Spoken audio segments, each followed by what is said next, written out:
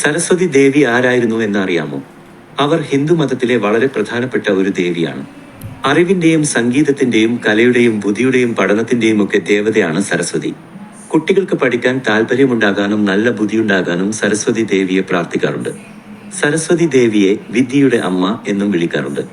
നമ്മൾ വായിക്കുകയും എഴുതുകയും പുതിയ കാര്യങ്ങൾ പഠിക്കുകയും ചെയ്യുമ്പോൾ സരസ്വതി ദേവി നമ്മളെ സഹായിക്കുന്നു എന്നാണ് വിശ്വാസം. അതുകൊണ്ടാണ് പരീക്ഷകൾക്ക് മുൻപും പുതിയ കാര്യങ്ങൾ പഠിക്കാൻ തുടങ്ങുന്നതിന് മുൻപും സരസ്വതി ദേവിയെ പ്രാർത്ഥിക്കുന്നത്. സരസ്വതി ദേവി വെളുത്ത വസ്ത്രം ധരിച്ച് വെളുത്ത താമരപ്പൂവിൽ ഇരിക്കുന്നതായിട്ടാണ് സാധാരണയായി കാണപ്പെടുന്നത്.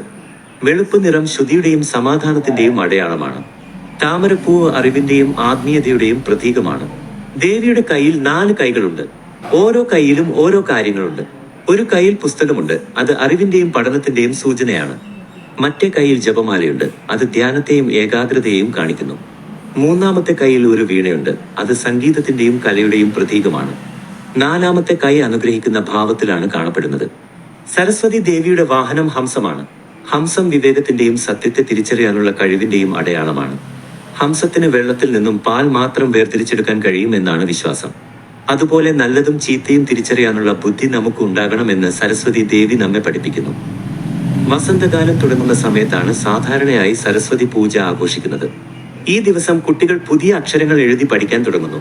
പല സ്കൂളുകളിലും സരസ്വതി പൂജ വളരെ പ്രധാനപ്പെട്ട ഒരു ആഘോഷമാണ്. അന്നേ ദിവസം പുസ്തകങ്ങളും സംഗീതോപകരണങ്ങളും പൂജയ്ക്ക് വെക്കുന്നു. സരസ്വതി ദേവി ബ്രഹ്മാവിന്റെ ഭാര്യയാണ്. ബ്രഹ്മാവാണ് ഈ ലോകം സൃഷ്ടിച്ചത്.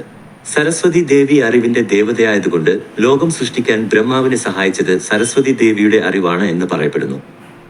സംഗീതത്തിലും കലയിലും കഴിവുള്ള ആളുകൾ സരസ്വതി ദേവിയെ പ്രത്യേകമായി ആരാധിക്കാറുണ്ട്. നല്ലൊരു പാട്ടുകാരിയാകാനോ നർത്തകിയാകാനോ ചിത്രകാരിയാകാനോ ഒക്കെ സരസ്വതി ദേവിയുടെ അനുഗ്രഹം ഉണ്ടാകണം എന്ന് വിശ്വസിക്കുന്നു. നമ്മുടെ ബുദ്ധിശക്തിയും ഓർമ്മശക്തിയുമെല്ലാം സരസ്വതി ദേവിയുടെ അനുഗ്രഹമാണെന്നാണ് വിശ്വാസം. അതുകൊണ്ട് നല്ല വിദ്യാർത്ഥികളാകാനും നല്ല കാര്യങ്ങൾ പഠിക്കാനും നമ്മൾ സരസ്വതി ദേവിയെ പ്രാർത്ഥിക്കണം. സരസ്വതി ദേവി ശാന്ത സ്വഭാവക്കാരിയാണ്. ദേഷ്യമോ വാശിയോ ഇല്ലാത്ത ഒരു അമ്മയെപ്പോലെയാണ് ദേവി. അതുകൊണ്ട് സ്നേഹത്തോടെയും ഭക്തിയോടെയും പ്രാർത്ഥിച്ചാൽ ദേവി നമ്മെ അനുഗ്രഹിക്കും. സരസ്വതി പൂജയുടെ ദിവസം മഞ്ഞ നിറത്തിന് ഒരു പ്രത്യേക പ്രാധാന്യമുണ്ട്. മഞ്ഞ നിറം സന്തോഷത്തിന്റെയും ഐശ്വര്യത്തിന്റെയും അടയാളമാണ്. അന്നേ ദിവസം ആളുകൾ മഞ്ഞ വസ്ത്രങ്ങൾ ധരിക്കുകയും മഞ്ഞ നിറത്തിലുള്ള പൂക്കൾ പൂജയ്ക്ക് ഉപയോഗിക്കുകയും ചെയ്യുന്നു. കേരളത്തിലും സരസ്വതി പൂജ വളരെ ഭക്തിയോടെ ആഘോഷിക്കാറുണ്ട്. വിജയദശമി ദിവസമാണ് പ്രധാനമായും പൂജ നടക്കുന്നത്. അന്നേ ദിവസം കുട്ടികളെ എഴുത്തി നിർത്തുന്നത് ഒരു പ്രധാന ചടങ്ങാണ്. നമ്മുടെ ജീവിതത്തിൽ അറിവിന്റെ പ്രാധാന്യം എത്ര വലുതാണെന്ന് സരസ്വതി ദേവി നമ്മെ ഓർമ്മിപ്പിക്കുന്നു. അറിവിലൂടെ നമുക്ക് ലോകത്തെ കൂടുതൽ നന്നായി മനസ്സിലാക്കാനും നല്ല കാര്യങ്ങൾ ചെയ്യാനും കഴിയും. സരസ്വതി ദേവിയുടെ അനുഗ്രഹമുണ്ടെങ്കിൽ നമുക്ക് നല്ല ബുദ്ധിയും നല്ല ചിന്തകളും ഉണ്ടാകും. അത് നമ്മളുടെ ജീവിതത്തിൽ വിജയം നേടാൻ സഹായിക്കും.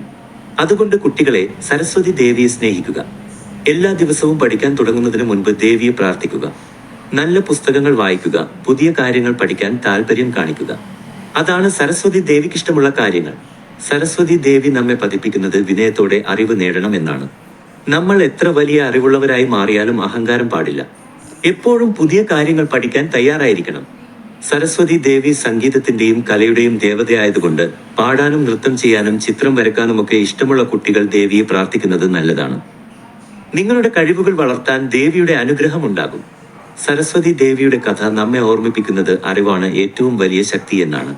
അറിവിലൂടെ നമുക്ക് എല്ലാ തടസ്സങ്ങളെയും മറികടക്കാനും ജീവിതത്തിൽ വിജയം നേടാനും കഴിയും. അതുകൊണ്ട് എല്ലാ കുട്ടികളും സരസ്വതി ദേവിയെ പ്രാർത്ഥിച്ച് നല്ല കുട്ടികളായി വളരുക. നന്നായി പഠിച്ച് നല്ല അറിവ് നേടുക. അതാണ് സരസ്വതി ദേവിക്കുള്ള ഏറ്റവും വലിയ സമ്മാനം. ഓം സരസ്വതി നമോ നമഃ.